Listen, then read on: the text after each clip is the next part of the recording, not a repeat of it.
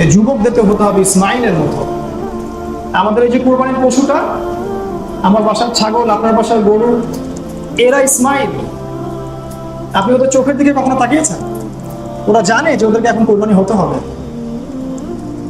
Seriously বলছি, ওরা জানে যে ওদেরকে এখন কোরবানি হতে হবে। আল্লাহ পাক ওদেরকে এটা জানিয়ে দিয়েছে।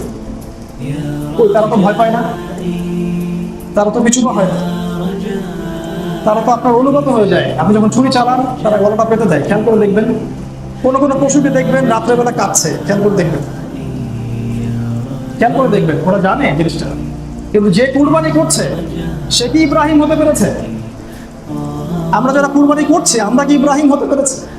আমাদের পশুটা ঠিকই ইসমাইল হয়ে গেছে। আমাদের মার আগে হাজেরা হতে পেরেছে।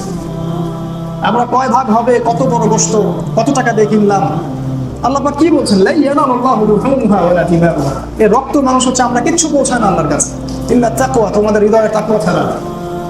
ওই পশুটা সফল, সত্যি সফল। যখনই ও জান বের হয়ে গেছে তখনই সে জান্নাত চলে গেছে।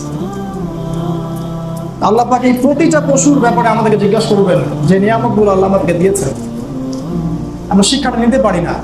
আমাদের ইবাদতগুলো কেন জানি ম্যাটেরিয়ালিস্টিক হয়ে গেছে, বস্তুবাদী। স্পিরিচুয়ালিটি উঠে গেছে, ভিতরে আধ্যাত্মিকতাটা উঠে গেছে। আল্লাহ পাক আমাদের বোঝার তৌফিক দান করুন।